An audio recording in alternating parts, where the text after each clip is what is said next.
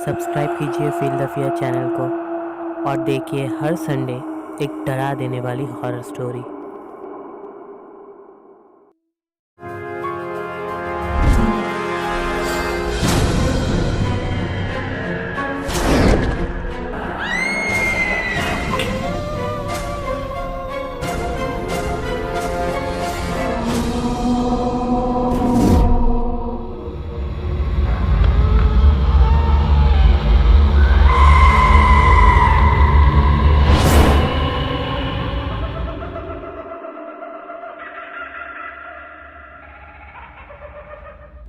ये कहानी है विलियम्स फैमिली की।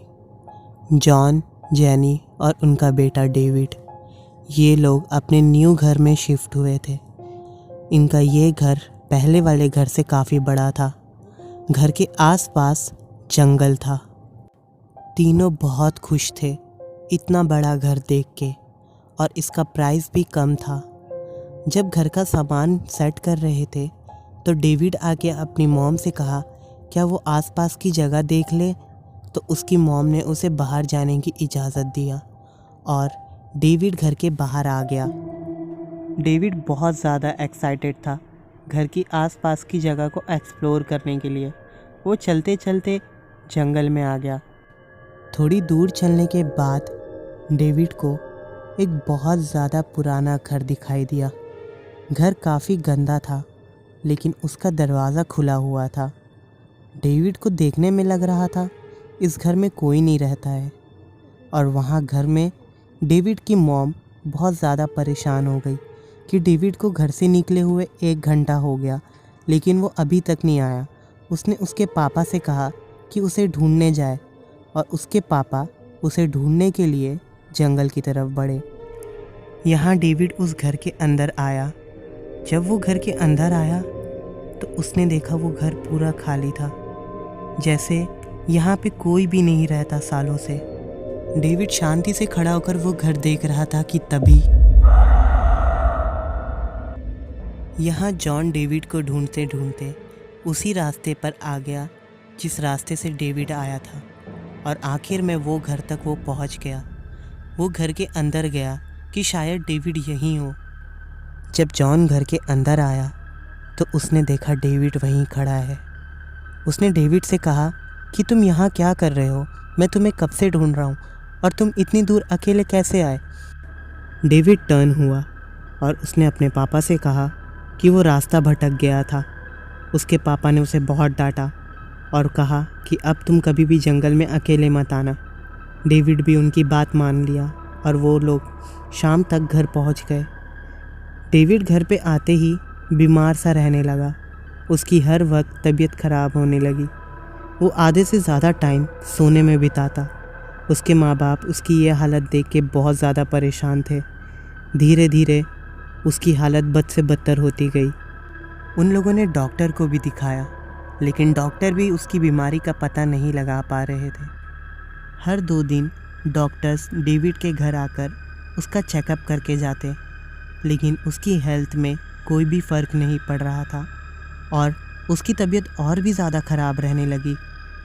वो ना तो कुछ खाता था और ना ही किसी से कुछ बात करता था। चुप चुप सा रहने लगा और हर वक्त मुस्कुराता था। कभी कभी दीवारों से बात करता। एक रात जब बहुत तेज़ बारिश हो रही थी तो जेनी को याद आया कि डेविड के कमरे की खिड़की खुली है, वो कहीं भीग ना जाए। इसलिए वो खिड़की बंद करने के लिए डेविड के कमरे की तरफ जाने लगी। जेनी ने डेविड के कमरे का दरवाज़ा खोला और उसने जो देखा वो देखकर दंग रह गई। डेविड अपने बेड पे बैठे हुए अजीब तरह से हिल रहा था। ये देख के उसका दिल घबरा गया, और तभी जेनी ये देखकर बहुत ज़्यादा डर गई। वो ये देखकर अपने कमरे की तरफ भागी और जाकर जॉन को उठाया, और उसने वो सारी बात बताई जो उसने अभी कुछ सेकंड पहले देखा। जॉन को उसकी बात पे यकीन नहीं हो रहा था, लेकिन उसे यकीन हो गया जब उसने डेविड के कमरे में डेविड को लटकते हुए देखा। ऐसा देखकर उनको यकीन हो गया कि डेविड की तबीयत ख़राब नहीं, बल्कि वो पॉजेस्ड है। इसलिए उन लोगों ने फेमस पैरानॉर्मल एक्सपर्ट एड और लॉरेन को बुलाया। उन्होंने उन दोनों को सारी बात बताई जो उन लोगों के साथ हुई। उन दोनों की बात सुनने के बाद लॉरेन ने पूरे घर की जांच की, लेकिन उसे कोई भी काली शक्ति का एहसास नहीं हुआ। फिर वो डेविड के कमरे में गई और उसने जब डेविड को देखा तो उसे काली शक्तियों का एहसास हुआ। उसे ये साफ साफ दिख रहा था कि डेविड पोजेस्ड है। जॉन और जेनी ने उन दोनों से पूछा कि क्या ये घर हॉन्टेड है, लेकिन एड और लॉरेन ने कहा कि ये घर हॉन्टेड नहीं, पर डेविड पर किसी आत्मा का साया है और उसे भगाने के लिए हमें आज रात में एक तंत्र करना होगा। जॉन और जेनी भी इस बात पर राज़ी हो गए और रात के तंत्र की तैयारी करने लगे।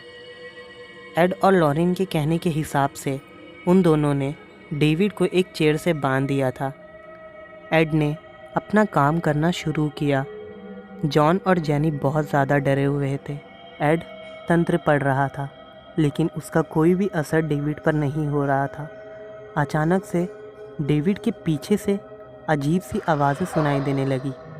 वो आवाज़ धीरे धीरे तेज़ होने लगी और पूरे कमरे में गूंजने लगी और अचानक ही डेविड हवा में उड़ने लगा और अजीब तरह से उसकी कुर्सी हिलने लगी। वो अजीब सी आवाज़ अब और भी ज़्यादा क्लियर सुनाई देने लगी। ऐसा सब देखकर जॉन और जेनी बहुत ज़्यादा डर गए और तभी डेविड का चेहरा बहुत ही भयंकर चेहरे में तब्दील हो गया। वो अजीब सी भाषा में बात करने लगा और चीखें मारने लगा। ऐसा सब होते देख जॉन और जेनी बहुत ज़्यादा डर गए थे। एड ने अपना तंत्र कंटिन्यू रखा और एड ने उस आत्मा को डेविड का शरीर छोड़ने पर मजबूर कर दिया और वो आत्मा एड के आगे हार गई।